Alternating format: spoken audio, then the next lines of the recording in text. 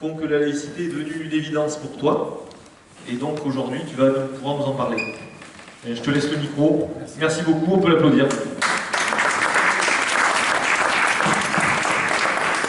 Je suis vraiment très heureux d'être avec vous. C'est toujours un plaisir de vous retrouver, en Corrèze.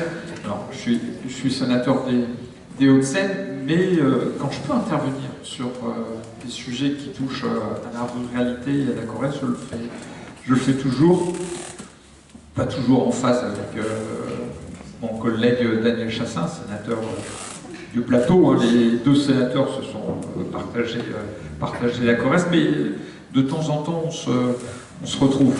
Et surtout, moi je me force à venir fréquemment en Corrèze. D'abord pour aider mon père à couper du bois, parce que c'est important.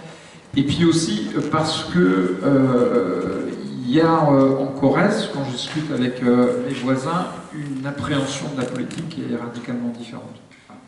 Et mes voisins me disent souvent, tu devrais venir plus souvent, et tu comprendrais que la politique que vous faites à Paris n'a rien à voir avec ce qu'on vit.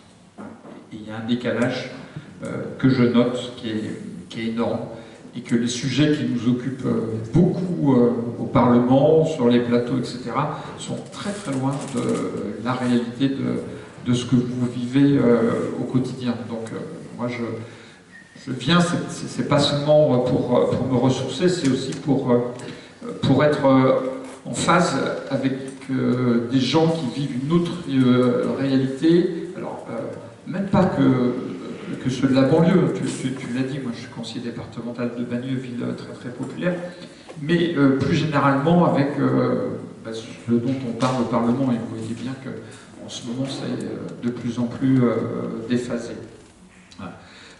Et notamment sur les questions de laïcité. Je le vois au Sénat. Il y a un sénateur qui est devenu ministre de l'Intérieur qui, à plusieurs reprises, dans l'hémicycle, s'adressant à la gauche, a dit aux sénateurs de ce côté de l'hémicycle, vous avez abandonné la laïcité.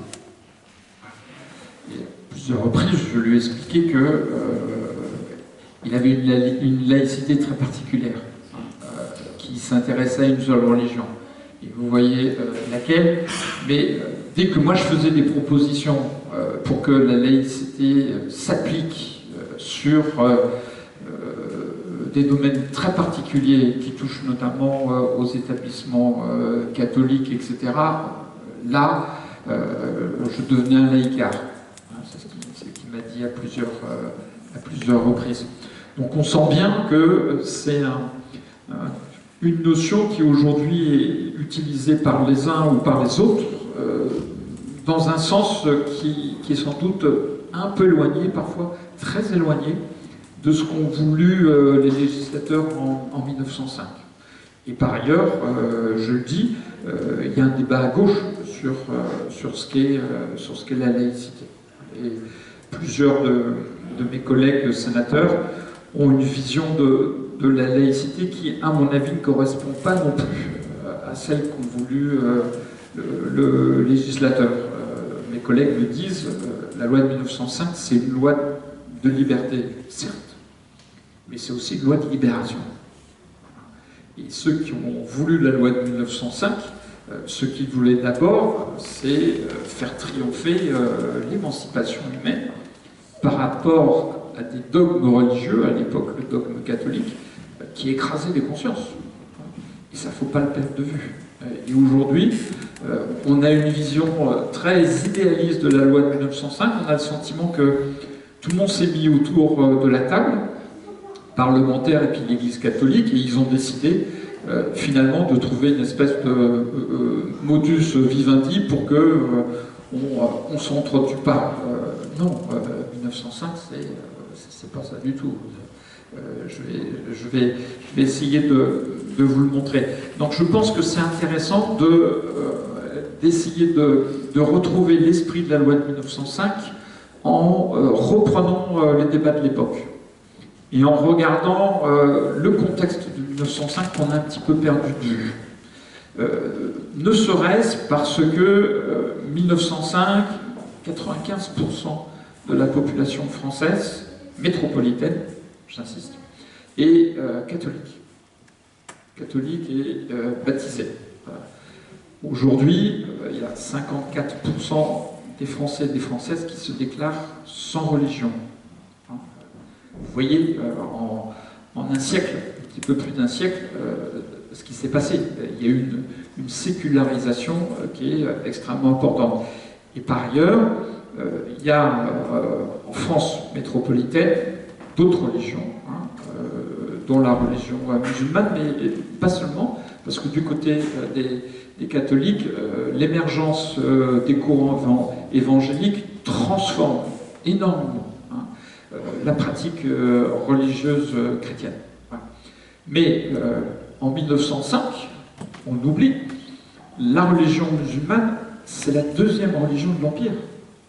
C'est-à-dire que dans ce qu'on appelait à l'époque les colonies, tout le Maghreb, Algérie, il y a 3 départements français en Algérie, Maroc sous protectorat, Tunisie sous protectorat, là, les indigènes, et j'insiste sur le mot parce qu'il était dans la loi, les citoyens français, essentiellement les colons et les juifs, depuis le décret Crémieux, disposaient de la citoyenneté pleine et entière.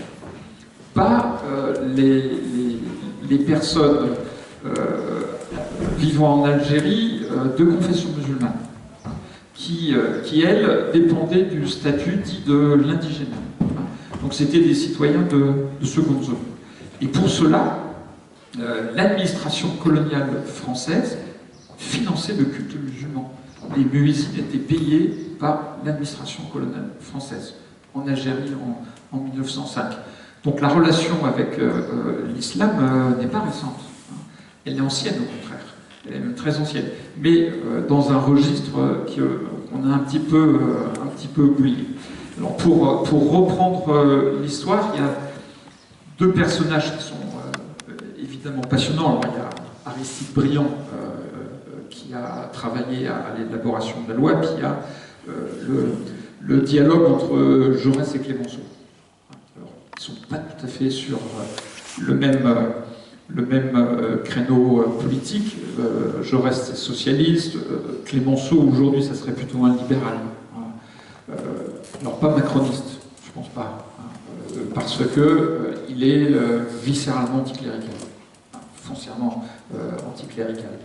Et donc juste après le vote de l'article 4 de la loi de séparation de l'Église et de l'État, qui est l'article essentiel après l'article 2, Jaurès écrit dans la dépêche du Midi, la séparation est faite.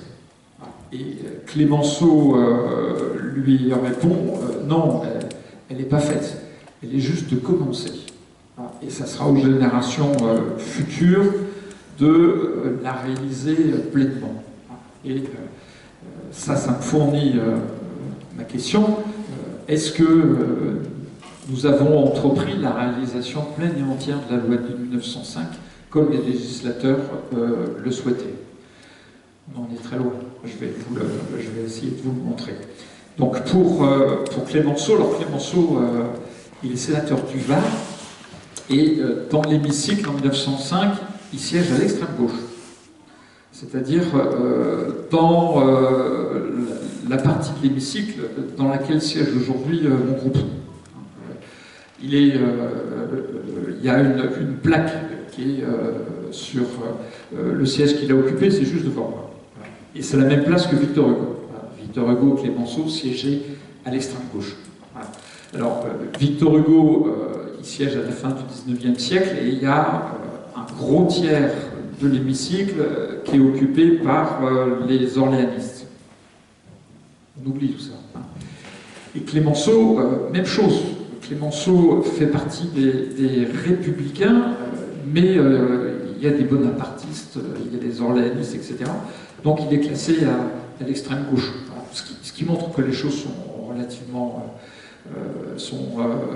relatives. Hein. Donc, Aujourd'hui, je siège dans l'extrême gauche de l'hémicycle, mais je me dis souvent comme Victor Hugo et Clémenceau, bon, moi ça me va bien.